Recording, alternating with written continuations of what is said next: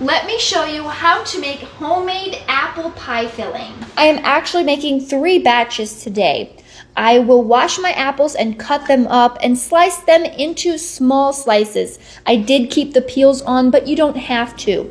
Then I'm going to squeeze 1 lemon and I'm going to pour the lemon juice over the apples, and we're going to stir that around to like evenly coat the apple slices, and we're going to let it sit for 30 minutes. And I will stir it at 15 minutes. Then I'm going to pour some water over it, and I'll turn the heat on at that point.